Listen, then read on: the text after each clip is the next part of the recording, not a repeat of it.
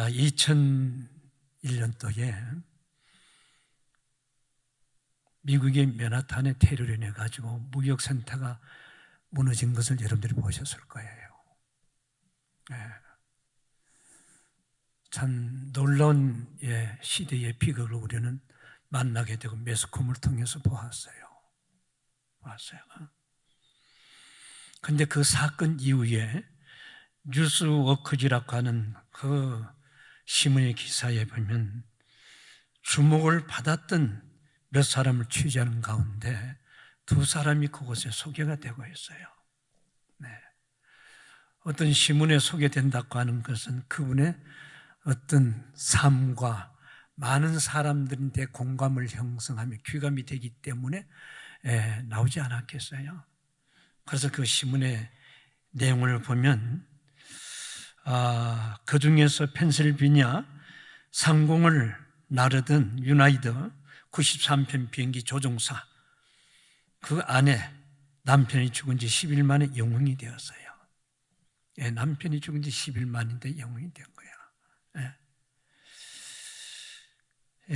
이 기자는 그녀를 찾아가서 남편의 죽음을 1년 동안 어떻게 살아왔는가를 취재합니다. 질문을 해요. 어떻게 살아오셨는가? 또 어떻게 당신이 그와 같은 용기와 자신감을 가지고 수많은 사람들 앞에 위로의 역할을 할 수가 있었던가? 그 질문을 하게 돼요. 그는 희생자들을 대변해서 위로받기보다는 또 미국 국민들을 위로하는 역할을 담당했어요. 남편이 남긴 재산, 그 다음에 보험금, 위로금, 희생자들 가운데서 어린 아이들을 돕기 위한 장학재단을 설립한 거예요.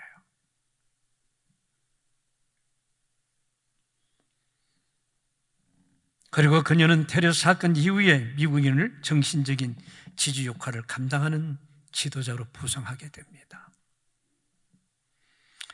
또한 여성은 무역센터가 붕괴되었을 때에 그 붕괴되는 가운데서 목숨을 잃었던 한 사람의 아내였어요. 이분들이 어떻게 승리하고 어떻게 극복하고 어떻게 그 아픔과 고난을 일어날 수가 있었던 것인가? 참 비극이잖아요. 무엇을 붙들 수가 있는가요? 어디에 위로를 받을 수가 있는가요?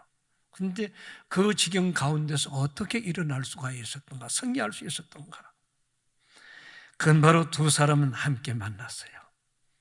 아픔을 겪은 두 사람이 함께 만나는 시간을 가졌어요. 그리고 빠짐없이 자녀를 키우는 어려움을 서로가 나누었어요. 아빠 없이 이 아이들을 어떻게 키워야 될 것인가? 그 어려움을 서로 나누게 되었어요.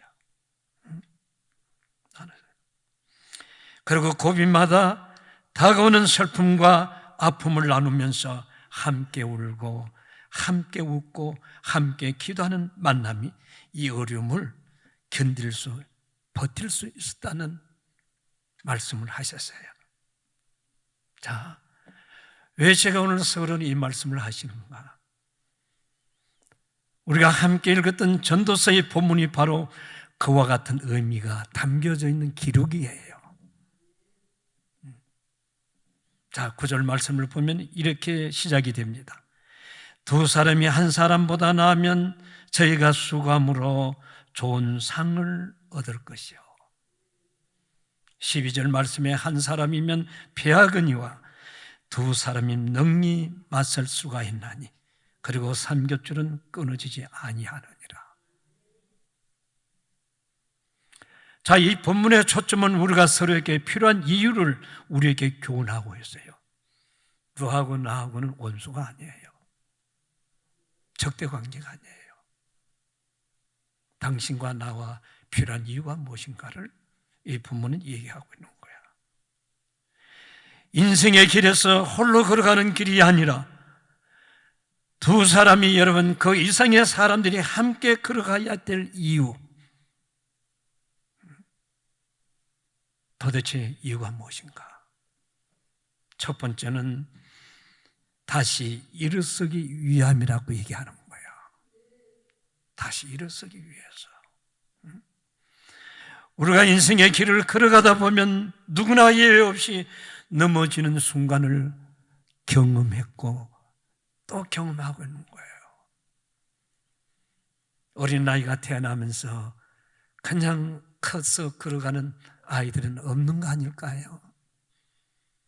걸음할 때까지는 수없이 넘어졌어요. 또 엄마가 일으켜 세워주고 또 일으켜 세워주고.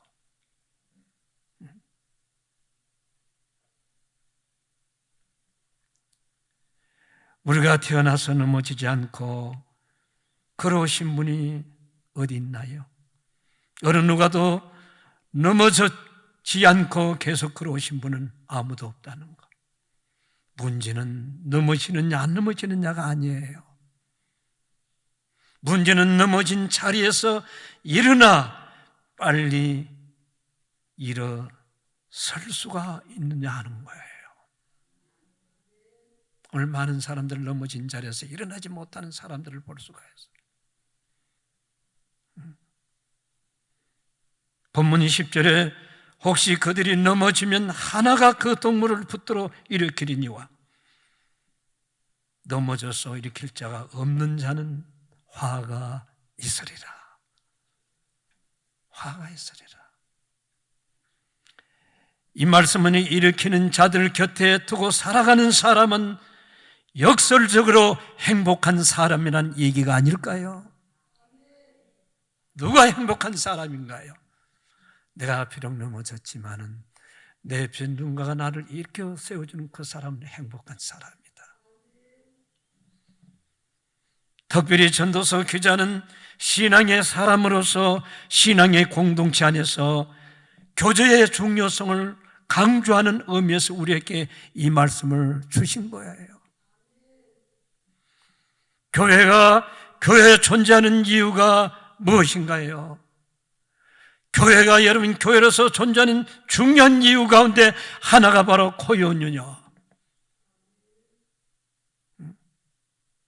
코이오니의 뜻이 뭔가요? 교제라고 하는 표현을 하고 있어요. 부흥되는 교회, 건강한 교회는 뭐가 잘 되는 거예요? 코이오니요. 교제가 잘 되는 교회다 그 말이에요.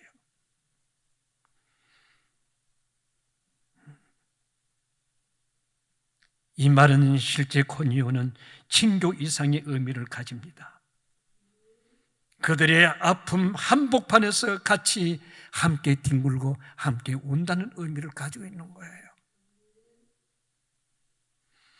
내가 이웃과 교제한다는 것은 그것은 이웃의 삶의 한복판에 뛰어든다고 하는 것을 의미하는 거예요.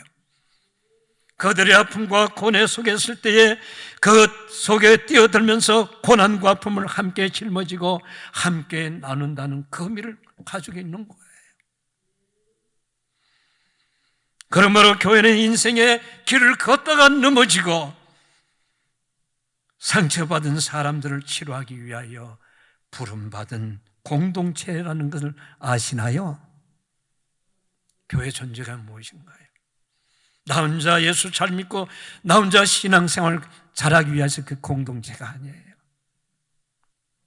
여러분, 교회 생활을 제일 잘못하는 사람은 교회까지 와서 다른 사람을 비판하고 정죄하는 사람이에요. 성경은 그리스도 안에서는 결코 정죄함이 없다고 얘기했습니다.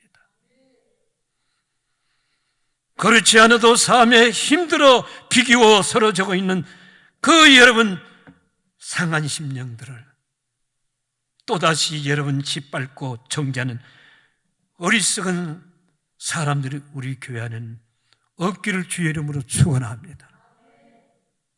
그런 사람들이 있으면 안 돼요. 1960년도에 초에 미국에서 소위 히피 운동이 일어났습니다. 아시죠? 젊은 아이들이 머리를 길러가지고 뒤에까지 늘려서 사는 이 젊은 청년들, 그 운동이 일어났어요. 그래서 많은 젊은이들이 집을 뛰쳐나갔고 기성세대에 반항하면서 그들은 거리를 헤매면서 숨어서 때로는 마약을 하고 그들의 인생을 던지기 시작했습니다. 그러다가 거기에 해답이 없고 거기에 삶의 공허를 느낀 저들은 다시 교회로 돌아오기 시작했어요. 자기들이 갈 곳은 교회밖에 없다. 떠났던 저들이 교회에 물밀듯이 들어오기 시작한 거예요. 하나님은 그들의 마음을 만지기 시작하셨습니다. 이때 미국 교회는 당황하기 시작했고, 목회자들이 당황했고, 지도자들이 당황하기 시작했습니다. 이렇게 밀려오는 젊은이들을 어떻게 해야 좋을지를 대처 방법이 없었어요. 이에 대부분의 교회들은 이렇게 반응을 했습니다. 긴 머리를 내리고 오는 교회 안에 들어오는 젊은이들을 향하여 교회 오려면 머리를 자르고 와.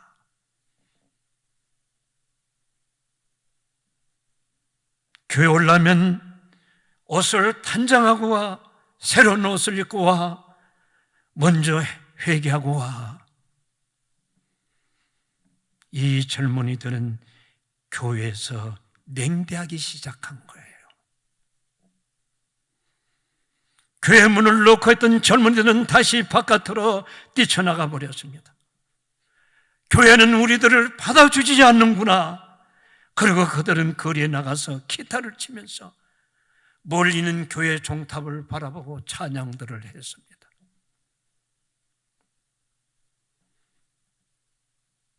이때에 이런 상황을 안타깝게 여긴 미국의 한 목사님이 계셨습니다. 누군가는 한 교회쯤은 저들을 받아주는 교회가 있어야 될 텐데, 저들을 삼해주는 교회가 필요한데, 그들이 찾아올 수 있도록, 그들을 받아줄 수 있도록 그런 교회가 하나쯤은 있었다고 한다면 얼마나 좋을까.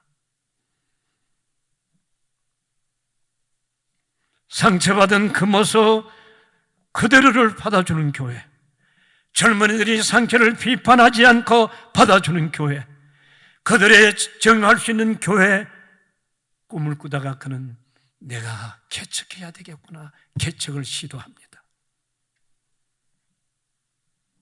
그리고 이 교회를 개척하면서 전단지에다가 이렇게 그는 문구를 썼어요. 우리 교회는 당신이 가지고 있는 그 모습 그대로 당신을 환영합니다. 얼마나 멋있어요. 그리고 우리는 당신의 손을 따뜻하게 잡아줄 것입니다. 이 한 번의 메시지를 듣고 수많은 젊은이들이 기성교회에서 냉대받고 교회 뛰쳐나왔던 저들이 밀려들기 시작한 거예요.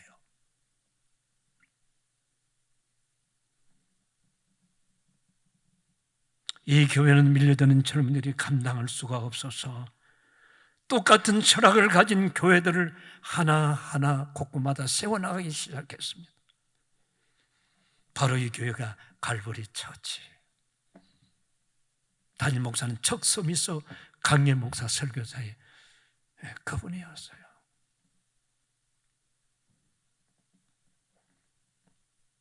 어느 날 갈보리 처치, 이 교회는 사람들이 모여들기 시작한 거예요. 지금도 여러분 그 교회는 부흥되고 그러므로 하나의 교단을 세웠고 사람들이 모여드는 거예요. 왜요? 왜 모여들어요? 누가 알지요? 그들은 알았습니다. 그 교회가 어떤 교회인가를 알았습니다. 그 목사님이 어떤 목사인가를 알았습니다. 결국은 정지하지 않고 차별화하지 않는다는 것을 알았습니다. 다시는 공격받지 않고 다시 사랑을 경험할 수 있다는 사실을 그들은 알았습니다. 거기에 가면 넘어진 자리에서 다시 일어섰던 사실을 알았어요. 지금도 갈보리 처치교회는 성장을 하고 있습니다. 저는 우리 사명교회가 그와 같은 교회가 되기를 주의 이름으로 축원합니다. 서로가 서로를 필요한 이유가 무엇일까요? 일어서기 위해서요. 일어서기 위해서요. 두 번째는 서로가 필요한 이유가 무엇인가? 격려해 주기 위해서입니다. 왜 우리의 인생 길에서는 서로가 필요로 하나요?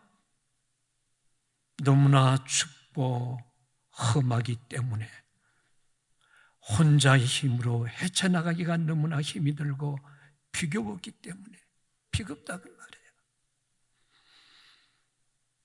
그래서 오늘 본문 말씀의 11절에 보면 두 사람이 함께 누우며 따뜻하거니와 한 사람이며 어찌 따뜻하라.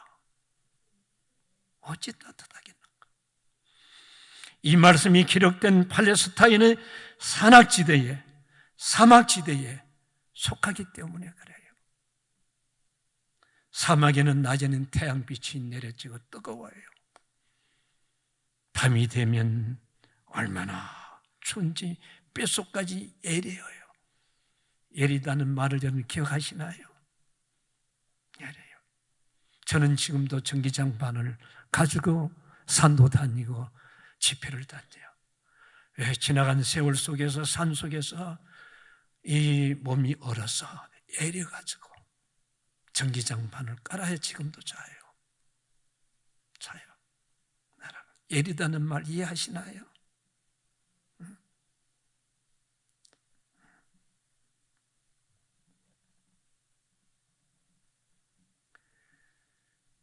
그래서 여러분 사막지대를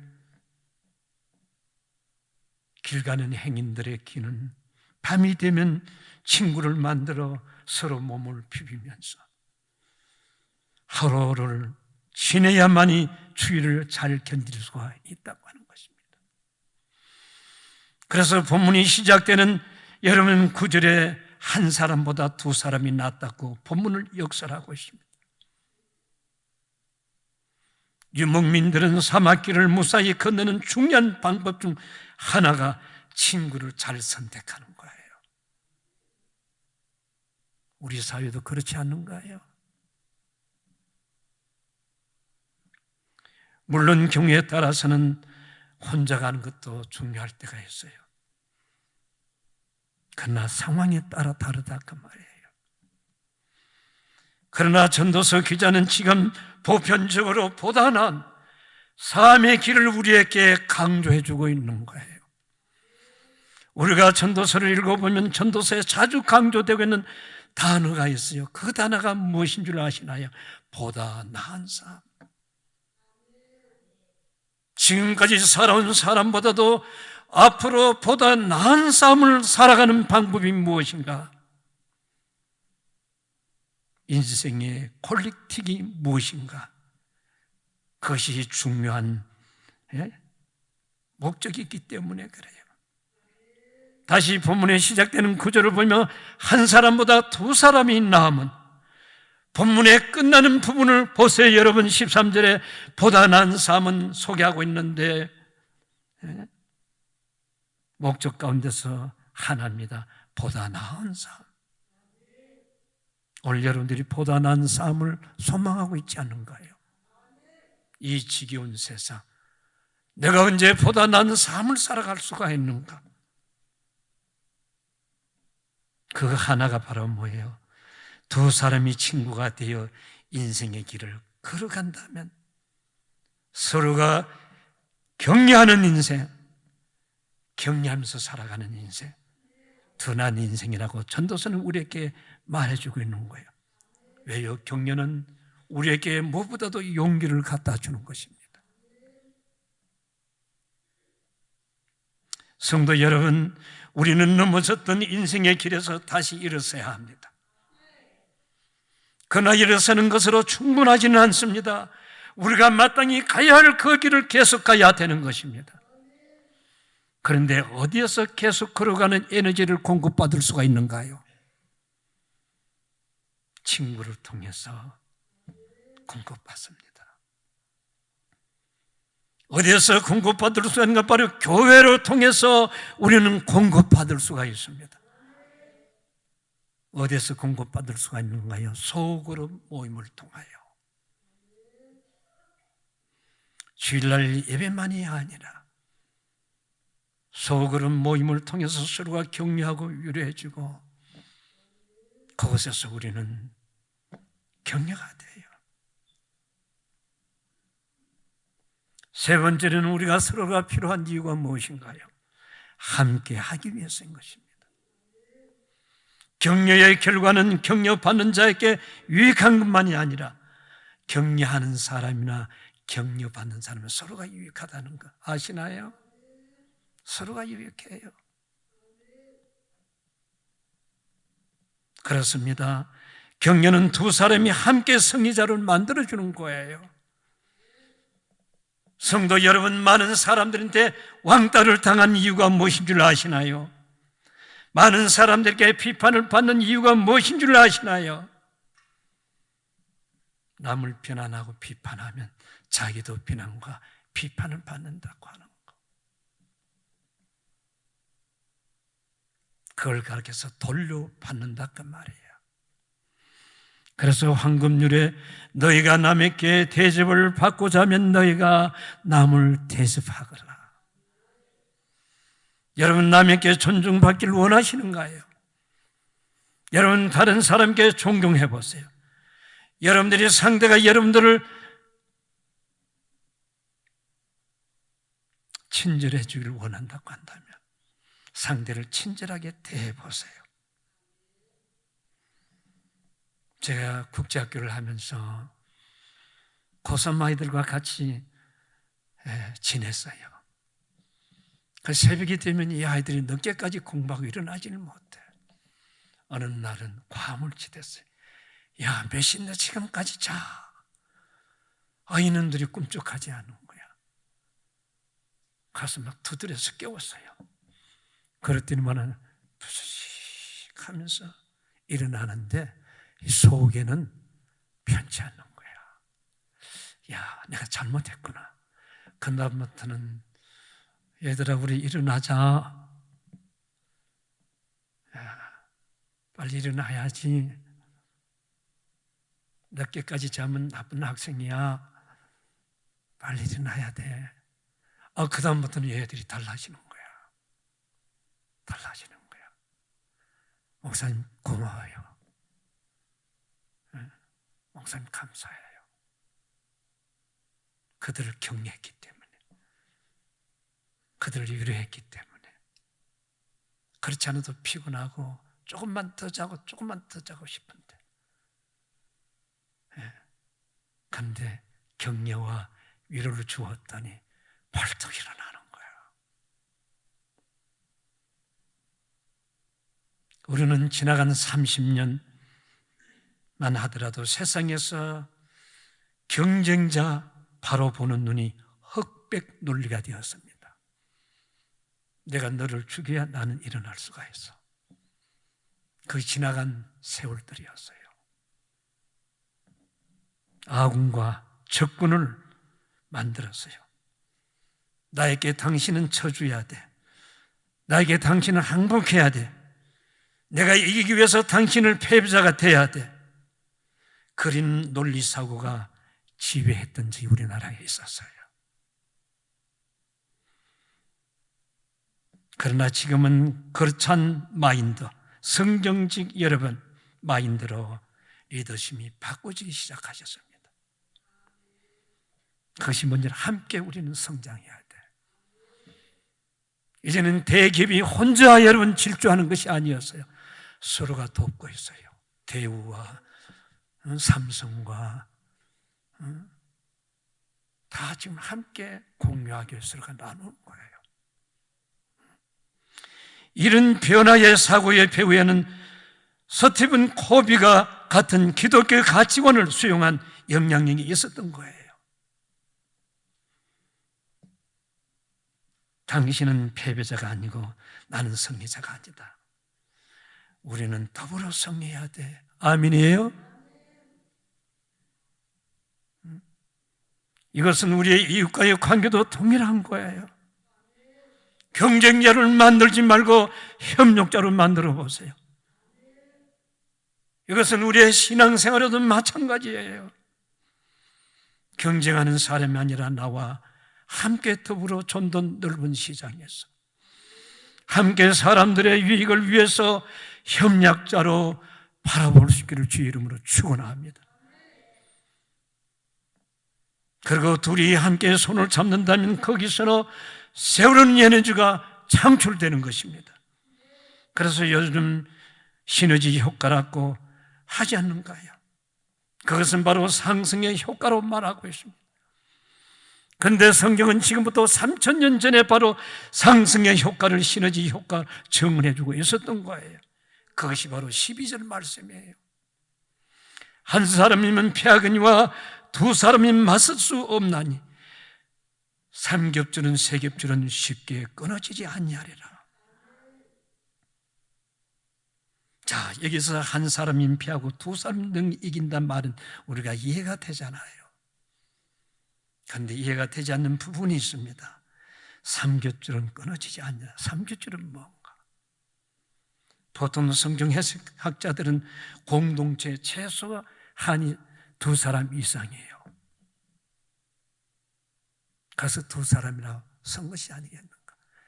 그럼 세 사람은 더 힘이 있다는 거 아니겠는가? 예. 그런데 어느 날 다른 주석을 제가 보기 시작합니다.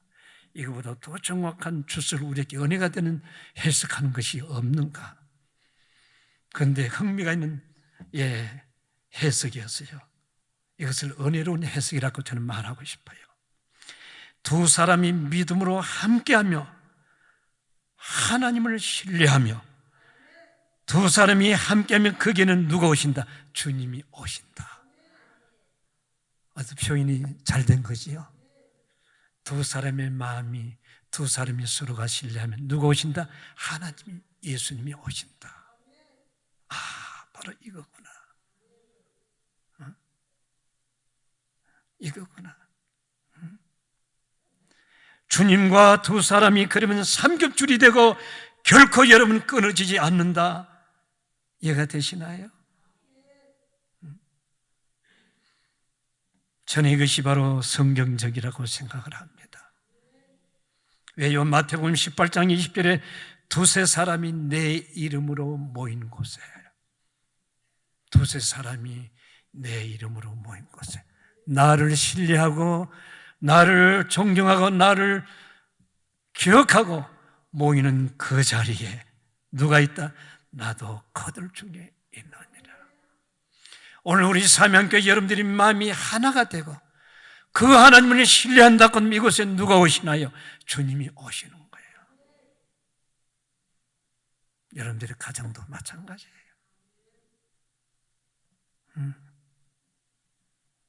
주님이 함께하면 우리가 무엇을 두려워하시겠나요? 우리가 끊어지지 않는 경건 삼겹줄이 교제의 모습이라고 말씀을 드릴 수가 있는 거예요. 저는 서론에 분명한 말씀을 드렸습니다. 우리가 서로가 필요한 이유가. 그래서 여러분 테러의 사건을 통해 비극을 만난 두 여인에 대한 얘기를 했습니다. 이 두 사람은 다 상처받은 여인이에요. 아픔을 가진 여인이었습니다. 둘 다 남편을 잃어버리고 외로운 미망인이었습니다.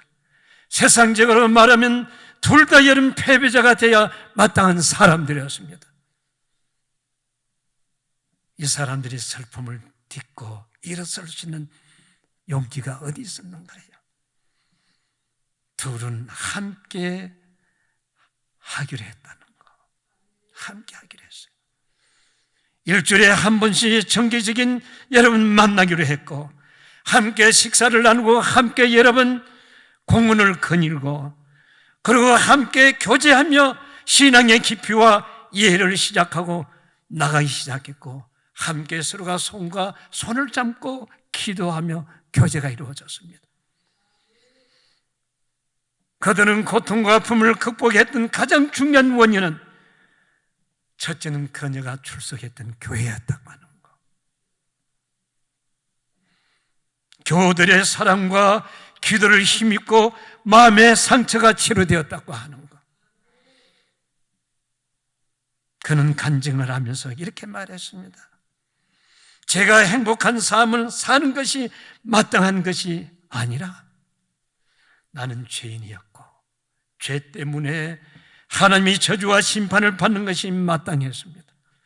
그런데 하나님은 예수를 보내시고 그분을 통해서 나를 용서하시고 나와 남편에게 영생의 소망을 주셨습니다. 저는 이 한 가지만을 가지고도 감사의 생활을 살아야 할 충분한 이유가 있다고 생각이 되어집니다. 이것은 비극 속에서 나타난 놀라운 간증이 아닐까요? 저는 오늘 여러분들 향하여 말하고 싶습니다. 교회는 어떤 교회가 되어야 되는가? 정죄가 있어서는 안 돼요.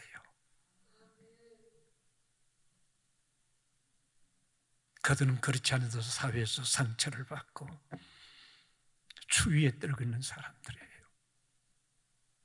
그들을 받아줘야 돼요. 격려해주고 삶해줘야 돼요. 나는 오늘 우리 교회가 너무너무 가슴 아파요. 어떻게 보면 깡패 조직보다도